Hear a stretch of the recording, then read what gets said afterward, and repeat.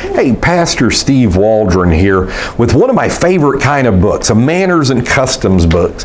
One of an author I really like, Howard Voss, because he just is a tour de force of scholarship. He would be, evangelical to new evangelical, but I still got a lot out of what he says. Now, Thomas Nelson hit a home run, massive, in this entire design series. This dark, deep green, this gold accent, raised letterings.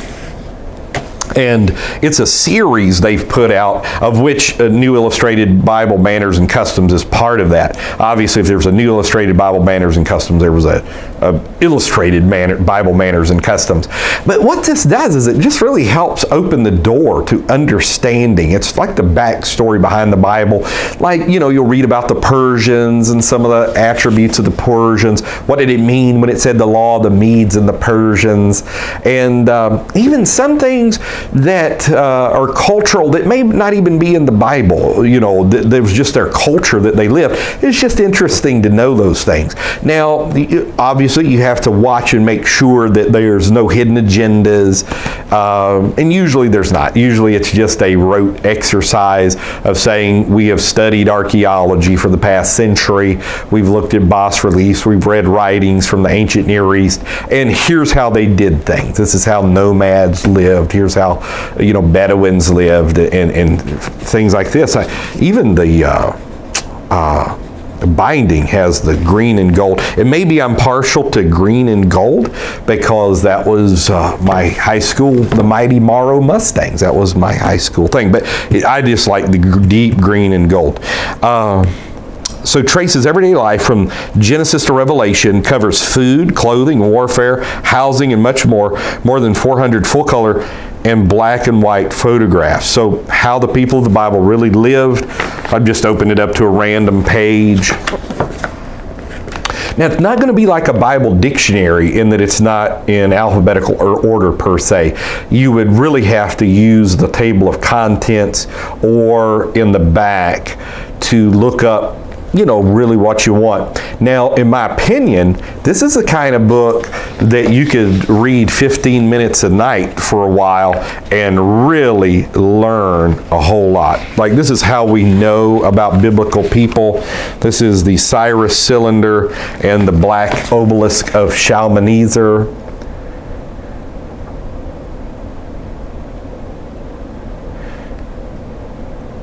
It's just good. The most comprehensive and readable guide to discovering how the people of the Bible really lived. That's kind of its calling card in the back. I like the Wycliffe series of this too that Moody put out by Pfeiffer. But you can see that it's very well done.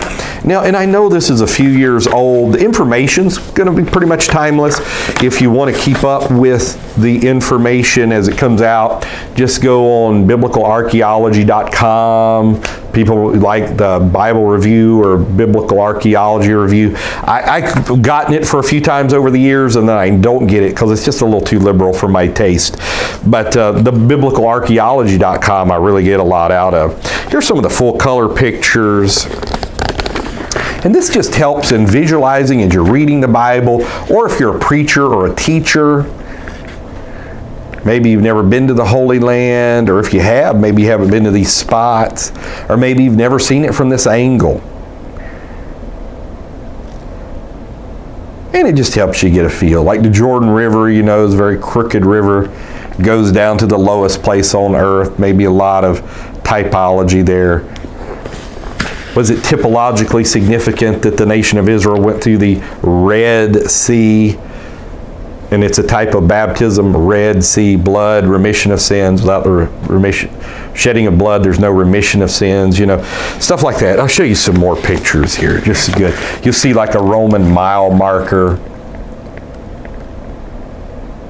How did Abraham's call to leave the advanced city of Ur affect his housing?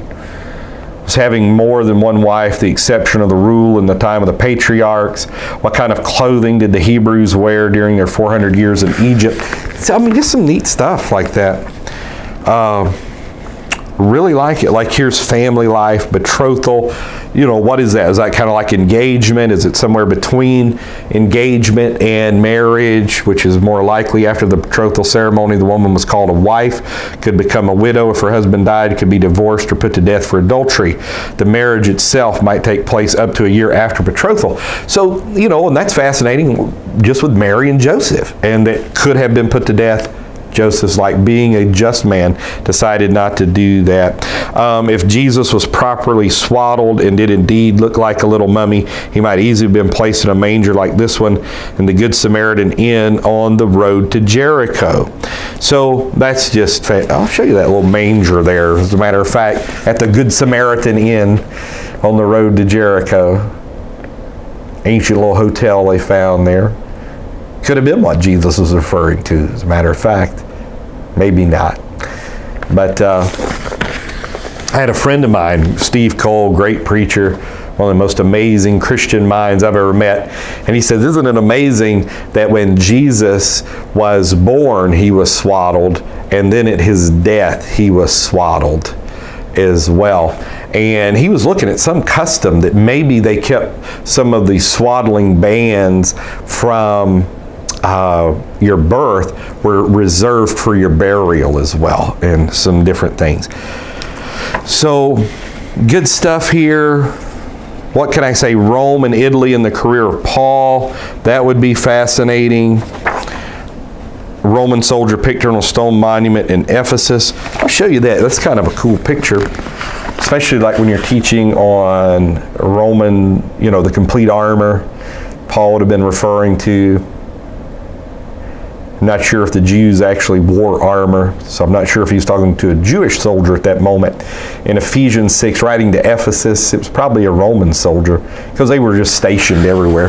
So, great little book. Nelson's new illustrated Bibles and Manners and Customs. I just, what can I say? Just one of these, top 10 list of how to study your Bible. This would be in the top 10, not even this particular issue, but like Gower's got one, Freeman's got one, Voss has one, Pfeiffer's got one, several, but one or two of them are just fantastic. So I know Fred H. White's the one I really liked from Moody, but it's not illustrated and stuff very much. So God bless you. Talk with you later in Jesus.